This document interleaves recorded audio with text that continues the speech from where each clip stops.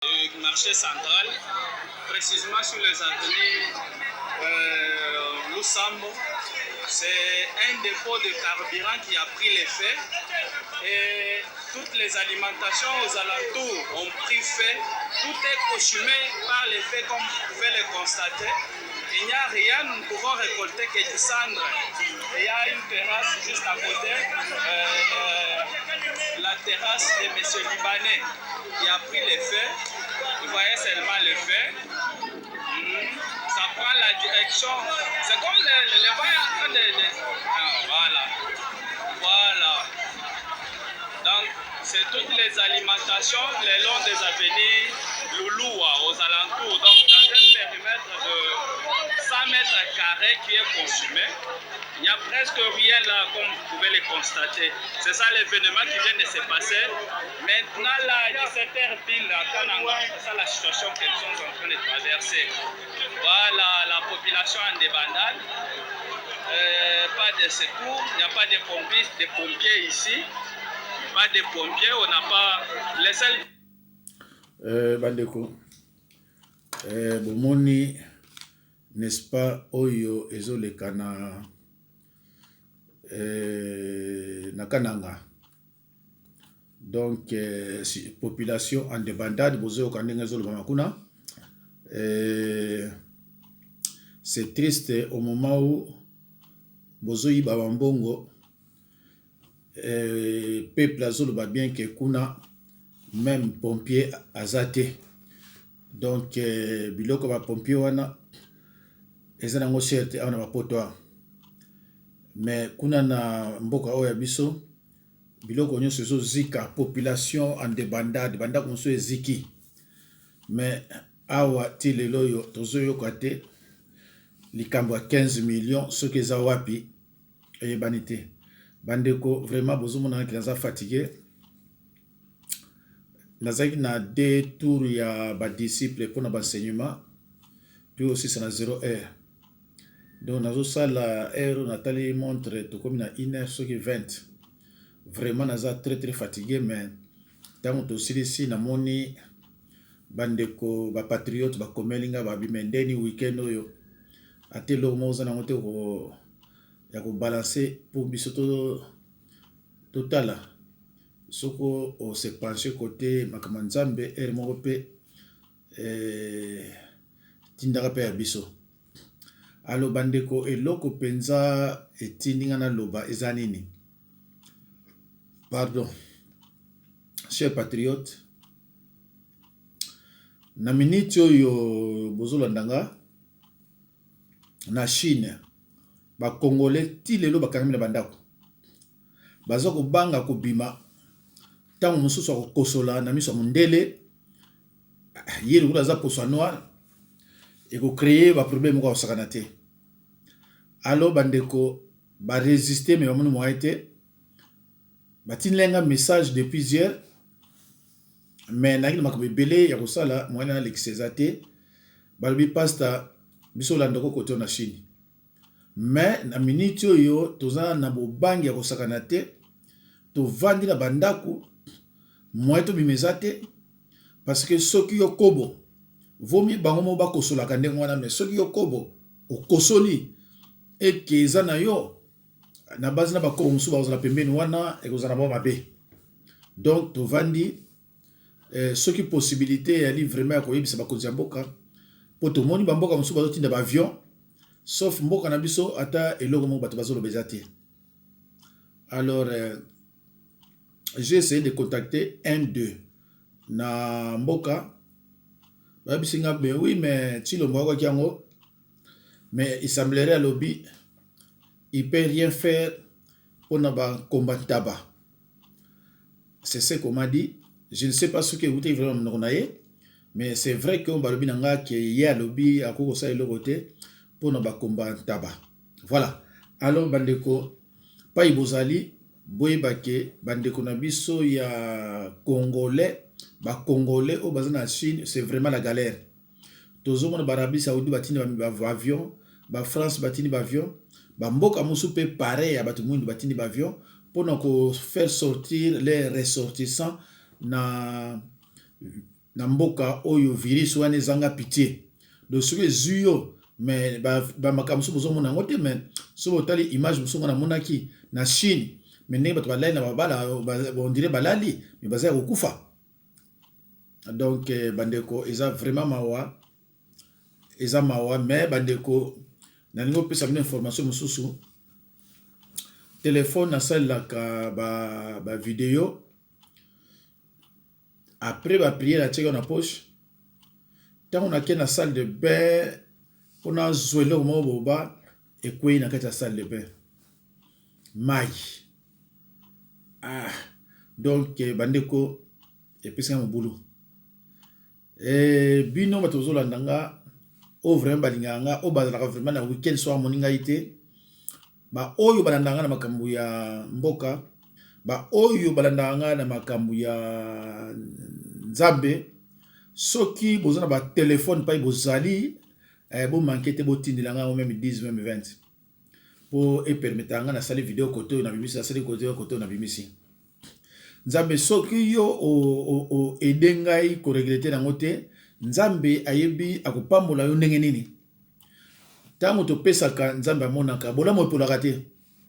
Soki oza na portable te omoni vraiment ke kotinda mbongo, otindi mbongo na kombo ya Dina Banza non prénom Lukeba, comme ça otindi nga makambo tu na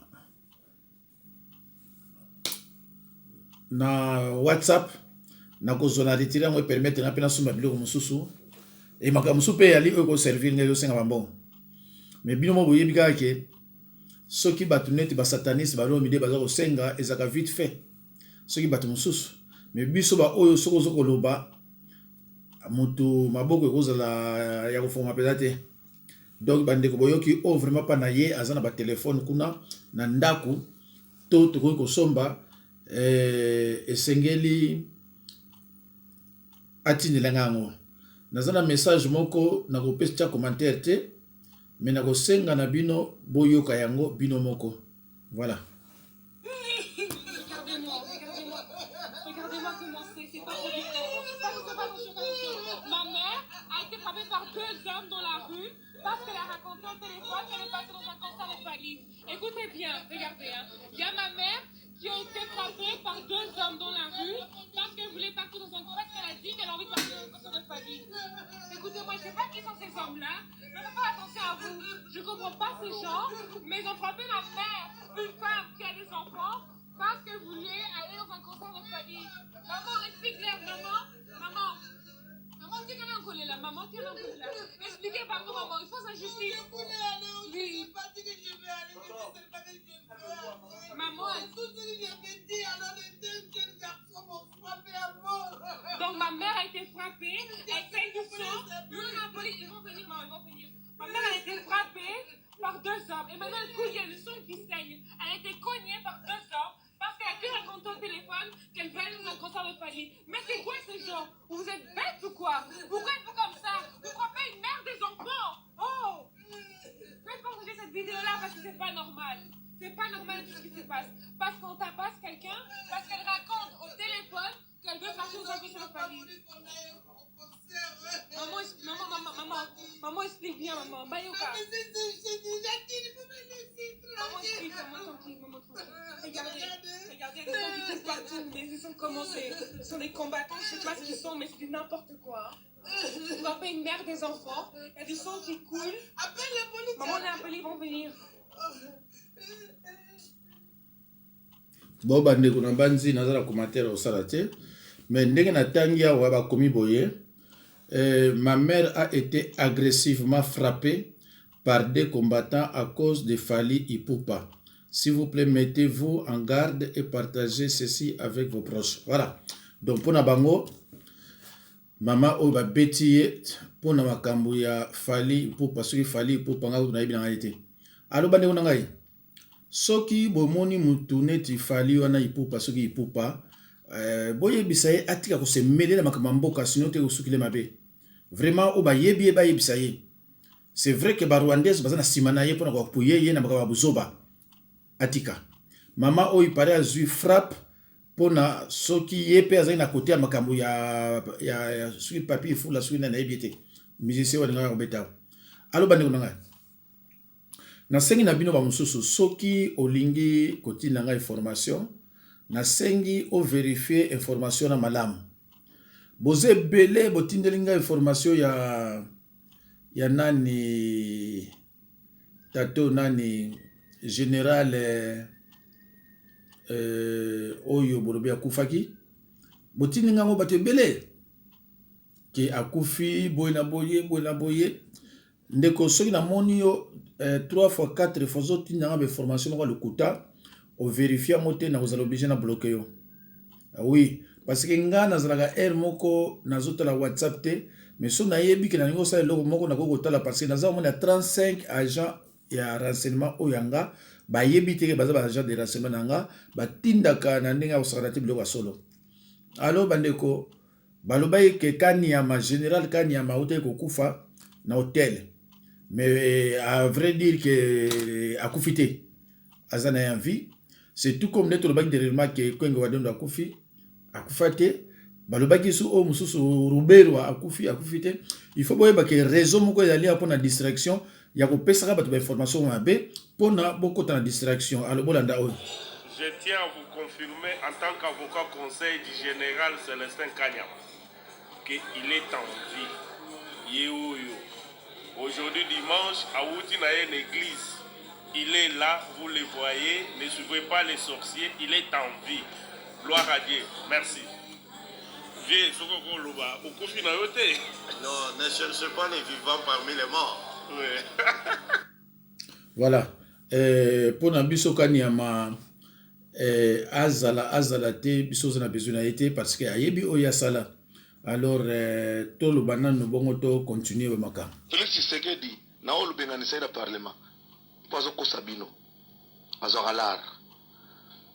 Bozana Félix Tshisekedi mona ya Tshisekedi oh combattant oh va venir changement adamagalar. Nangana yoka kiapesa ngwa ne kolmo mbujimai. Rien. Adamara tout. Ça veut virement ou transfert $6,250 par mois. Et ça va 4,000 euros. Ça pèse ya ko sakati. Alo bande ko bomoni mandia ya Zakle azolo bawana tango zrai na kabila bien ye attaque muluba Chilombo bana ko wangana mais ye alobi yango bien ke Chilombo azolo baza combattant mais bafutaka embongo awa wa alenga nembongo peut-être boyoki subite boyoka na olu benganisa le parlement pazo ko Sabino azoralar. Bozana Félix Tshisekedi mona ya Tshisekedi oh combattant oh va venir changement adamagalar. Nangana yoka kiapesa ngwa ne kolmo mbujimai. Rien. Adamara tout. Ça veut virement ou transfert $6,250 par mois. Et ça va 4,000 euros. Ça pèse ya ko sakati. Donc bandiko tango bino bozo mona ye chauffeur livreur azozo aso combien wa kuna pe azozo andamu na ye ils ont aidé na makambo ebele donc bandeko oyo alobi wana aza muluba mais bako menacer été s'il faut ko menacer kotinda maloba mabe bakotinda ngo pananga mais ye muluba lokola alobi bako sala eloko moko te likambo te bandeko nazoluka eloko moko awawa natiela bino comme ça bolanda yango na bokebi nyonso. Merci. Bandeko bolanda maloba oyo ezolobama awa na ndenge ya mukete. Voilà. Parce que baluba ati sikoyo bazo comprendre kaka te mais tout ça là tout va comprendre. 500 motos na IDPS. Vous comprenez? 500 motos on a payé 500. Donc bateau bazoyi ba moto te ba fâché. Bateau bazoyi ba moto te ba fâché. Ah, mais pèse moi moto so pèse to ya na psoté. Ba boya. Mais ba se retrouver na 500 motards ba kabolaki. son côté à l'église va payer 630 000 dollars. Vieux Moukouna a juste 630 000 dollars. A juste 130 000 à payer Zacharie. Zacharie a juste 13 000 à payer ses petits nanga fils Moukoko. Pas le roi fils Moukoko a joué là. Yoka son le bina oyate. Ah, fils Moukoko a juste 13 000 nanga joué na oyate. Yoka son de nani. Oyebi yoka son te. Président parlementaire debout. Pour la salle à chauffer la salle, sauf Félix a voyagé à chauffer la salle, président parlementaire debout. A interdire le parlementaire debout à Kopouan. Le roi Tozumbo voté au Kendete. Ma famille n'a pas parlé. Quand on perd la force du progrès, la force du progrès, Zacharie a 130 000 dollars à Sahel, on a eu des pèses. Bichot de Boundé a eu des pèses, Bichot de l'esprit de sacrifice. Token de Kouna, esprit de sacrifice. Zacharie met 130 000 dollars. A rien, tout dit. La force du progrès, tout dit. Ma famille n'a parlé. Du coup, nous, na 600 000 dollars, na après si ma pasteur nous soit assez caté. Pour le bagage qui a on me assez canyon soit assez que autour de sa stade. Voici l'homme. Azeli par naïe azuté. Voici l'homme pas béni la pasteur assez caté va fan di babite. Il y a 600 000 yé mon cobiso de me mandinga qui ne kuna token de té. To boycotté vie. Voici l'homme na la pasteur nous soit assez caté va boycotté vie. Du coup, vient à 600 000 dollars dans le raquette. Tout comme un stade vide, moutate. Car 500 euros, va moto na ba baye. Yé mort na zacle tout la moussi. À qui 100 000 dollars en mobimba. 500 000 euros à Mokuna, tout la moussi. Aux autres, à Mokuna, 500 000. Et quand il y a un monoko. Le nez à Zana ma futa na monoko. 500 000 dollars et quand il y a un monoko. Assez que Zokabouane. Pour voici l'homme a fâché, a ju par na été. A vivre chaque dimanche, na badimi na la zora l'église na la par na ya papa. Yo ju par ya seka mobimba. O katela biso ba par na biso o kanimbo nyos. Trouble quotidien seka. Ponani. On ne touche pas au loin de Dieu. Joseph Kabila est béni par Dieu. Quand vous touchez au loin de Dieu, Dieu vous foudroie. Il y a notre président Nabiso. Hein? Kabiliste. Les kabilistes Félix Tshisekedi. Président Nabiso. Hein? Pour appeler COP Nabiso. Pour appeler président Nabiso. Donc ils allaient en COP. Hein? Président Nabiso. Là, quand c'était la président Nabiso, président Nabiso. Donc, c'est président Nabiso. De la République Nabiso. Président Nabiso. En tout cas, président de la République Nabiso. Président Nabiso, Tika Banawana. Tika Bamona, il sait déjà que IDP, c'est ça dans la cache. C'est bon. Créer ce qu'on bord na yo moko na mupanzi. Créer peut perdre na yo na mupanzi. Tokos. Otambola itoko. Tozonga no sima tozo continuer kana masolo kande tobisa bino que Congo TV biso awa ezala toujours vérité. Donc tolobaka penza makambo tokenda kokundola ntina source. Mwana mboka président de la République Fatim Félix Tshisekedi autaki kosala discours mo na Londres. Alobi babanya mulenge baza ba congolais. Avis na yo. Ah, question ya piège. Boli ba congolais ba inanga. Ba congolais ba inanga tuka côté wana na kolanda mokonza mboka na kolanda Félix Tshisekedi na question wana. Pour question wana elobami bien te. Hein? Babanya mulenge baza babanya Rwanda. Mais babanya Rwanda baza babanya mulenge te. Vous comprenez? Et représente la République basalega rapport pédagogie zangaki. Donc il peut comprendre vraiment qu'il y a ça l'erreur parce que kuna a ça l'erreur ya pédagogie. Bata basilika ki basepele na lilobana te. Pour a ça la erreur ya pédagogie na zoloba. Pédagogie mtezanga. Moni sango. Moni ni so rapide. Alors bic rouge. Et bic à la marque à stylo. Il fallait un stylo rouge. Vous comprenez? Pour la poteau bic rouge à la raté, à la kini. Le temps où moi signé soit la poteau signé, il fallait un stylo rouge. Avec bic rouge. C'est pédagogique. Lingala bakinois. Oui, Lingala bakinois. Congo za kini te. Vous comprenez? Congo ya kini te. Lubumbashi pena Lingala bakinois te. Soki kuna goma Lingala kutu ma plein. Vous comprenez? Congo za kini te. Et il y a affaire à pédagogie. Constitution na biso il y a 1960. Et puis si nationalité congolaise na ba nyonso ba se retrouver qui na territoire ya Congo na indépendance. Vous comprenez? Atolaki belge, portugais, nani. Ozali na kati ya Congo na 1960. Le 30 juin de septembre 1960. Et kozongi na oteta ba tunyo bitenga na congolais, otikali congolais. Vous comprenez? Le représentant de la République na lobango ba oyo bazalaka ba Rwandais. Bazalaki na Congo. Quand on fêtait le 30 juin 1960, bazaba congolais. Vous comprenez? Bande on a biso ya Vital Kamerhe ba congolais. Bande on a biso ba vient biso ministre territorial Azarias Oubero Aza congolais. Vous comprenez? Ma vie Azarias, ma vie Vital ba congolais.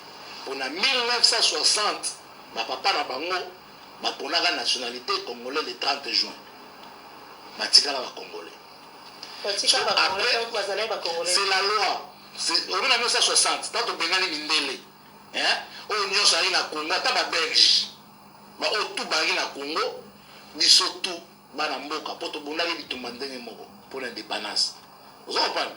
Ils ont été ba Rwanda ba bundaki muke ba suku ba bundaki koleka ba tutsi te. Na ba tutsi na ba suku ba bundaki ndenge moko.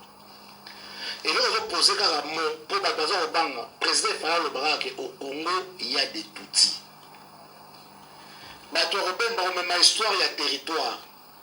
Et ils ont territoire. Quand on a une nationalité, ils ont une mabélé na nini. Vous comprenez?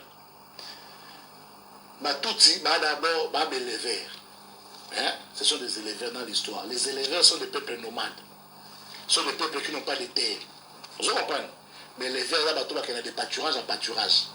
Place où, mais ma petite est à verre. Les Tutsis c'était des peuples éleveurs. Le Bazari n'a pas de territoire, ils se déplaçaient. C'était des peuples nomades. Donc, la frontière est un fil de fer. Frontière est un mur. Les Tutsis se déplaçaient de terre en terre, là où l'herbe était verte. D'où difficulté bazaranango ya se situer. Que terre ancestrale na bango za wapi. Mais comme loi fondamentale na biso ya Congo, et lobi que na 1960 mututo azali na kati ya Congo, aza congolais. Na oyo bazali na kati ya Congo na 1960 baza ba congolais.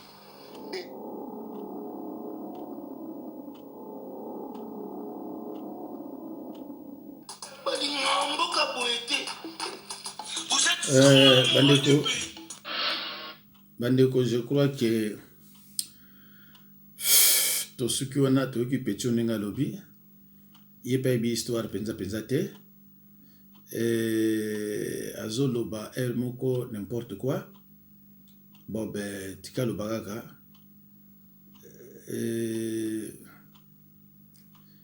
to ka pe bato yo nakamwa tan oyo to tika nango na ba commentaire belé penza ko chatte pour na batongo mais tant boyo ka bango bo comprendre que bango pe baza yibi bon le coup les autres les katé tika na tsango même na ndenge mususu comme ça to la soki et ko ça ndenge nini mais bango quel serait votre rêve de vacances? Bango pe ce sont des voleurs baluba lelo mokonzi mbula batali ya bengi biso lokolo moni biso awa ngai budget ndeko na ngai ya misala ya ba infrastructure ba nzela ba pont leki ministre ya finance gouverneur ya banque centrale DG office de route DG ya OVD na ndeko kuna directeur de cabinet adjoint ya ministre ya ya habitat urbanisme et habitat po ya zaita dans mobembo bengi biso parce lobby na réunion ya gouvernement mokonzi mboka atunaki premier ministre tolandela likambo oyo ya baso de mouton na ville na biso ya Kinshasa, totala pe makambo ya bainfrastructure, banzela, bapont, babake na intérieur ya mboka. Alors premier ministre abengi biso totalaki makambo mibale na ye ya liboso. L'État asa abimisaki mpe mwa misolo asiyokanaki na bandeko mpona kosala misala ya bandako mpona bapolisier bamilitaire mpe bato ya mboka. Alors ifale totala misala yango eza kokenda boni, eza kosala maboni, tosala lokola évaluation, tosali yango tokokontinue mpe lokola. Na nsima mokonzi ya Mulamatali atalaki likambo ya baso de mouton to bobe boye na mopuse so de mouton na kati ngumba ya Kinshasa po eza kopesa bato kokoso mingi, bato mpe bakolela avec raison, bakolobaloba ekomaki na matoi ya tata mokonzi ye alobaki botala likambo wana yango premier touti kotala na ye mokonzi ya Mulamatali alobi boye tomoni boye biso banso misala wana miso esengaki ba million ya dollar tukumine na motoba. Bongo misala oyo esalami eye kosenga ba million ya ba dollar 17 yango dezozanga po misala nyonso esila. Dès que bozomona baso de mouton wana bamiyibi ya bandeko bamiyibi tala baza baluba bamiyibi baluba ba parti mususu bazo sala yango na poto na ba France na ba Afrique du Sud ekoya pe ese komi ba DG balobi ekomi balobi soki to bimisi million etikali zomi na misato na sanda ya mitano musala nyonso tu ya so de mouton ekosila na ville de Kinshasa. Yango gouvernement alobi te toko fêter le 30 juin awa na Kinshasa na baso de mouton na biso nyonso. Lelo yo mokonzi ya gouvernement premier ministre apesi mitindo po tobimisa million misato na ndambo ya ba dollar pona ko permettre na OVD no office de route basilisa déjà lokola oyo eza na boulevard du 30 juin na babanda kuna na de bonhomme bakende malembe biso na mposo eza kolanda tokutana lisusu gouverneur ya banque centrale ngai moto na budget na ndeko ya finance mpona kotala tobimisa lisusu boni. Donc misala ezali kozongela kaka kobanda lelo ba DG soki batiki biso babimisa su mbongo boni po bayiba ezala en place babanda misala yango to sengi botondi mingi na population ndenge a enduré pasi oyo a supporter tango oyo totode tolemba te liboso ya malamu ezala mpe mwa pasi tokosilisa misala na sanda ya mitano tokofete lipanda na biso 60e anniversaire na baso de mouton na biso na kati ya ville ya Kinshasa. Babimisi 70% ya mbongo ba exécuté kaka 30%.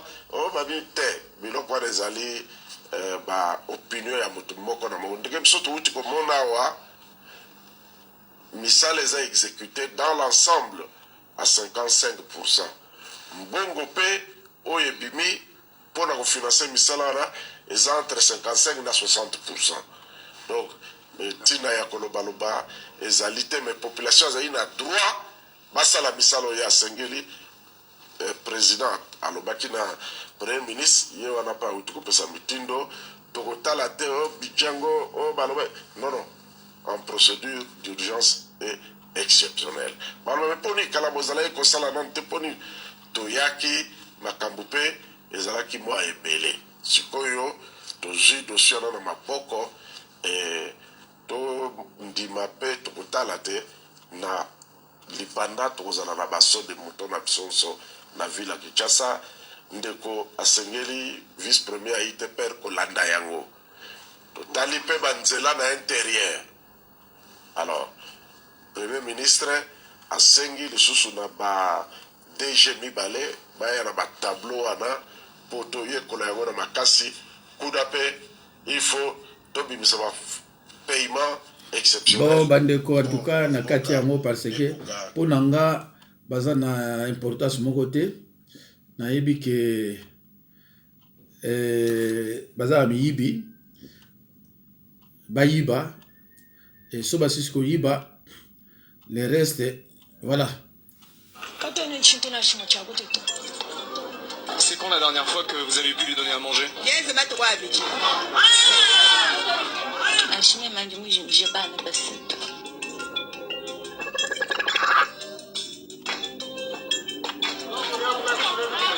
Nous sommes à Chikapa, dans la région du Kasaï, en République démocratique du Congo.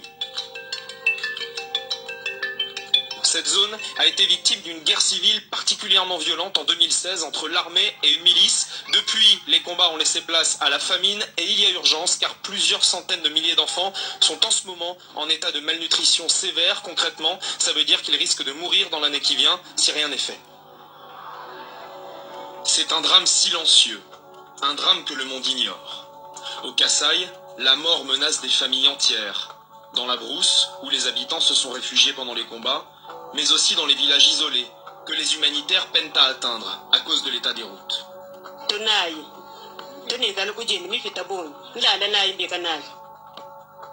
Quand on arrive sur place, les traces de la guerre sont toujours là. Des maisons détruites, des bâtiments criblés de balles, et des militaires armés jusqu'aux dents.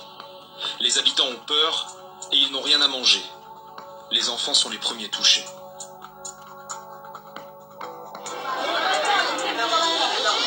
Là, c'est un des très nombreux centres de santé de la région gérés par Action contre la faim. C'est là que sont amenés les enfants qui souffrent de malnutrition.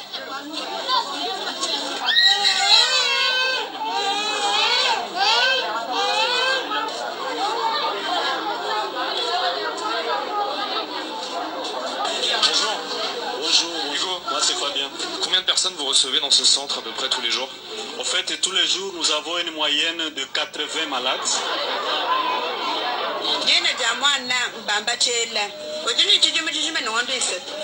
C'est quand la dernière fois que vous avez pu lui donner à manger?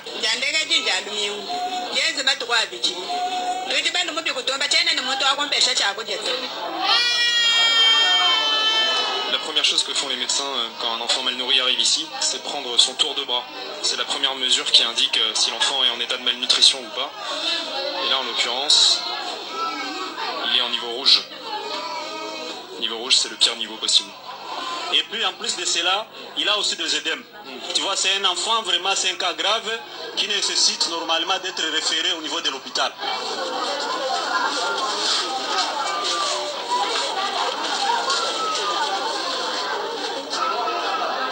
Cet enfant pèse 8 kg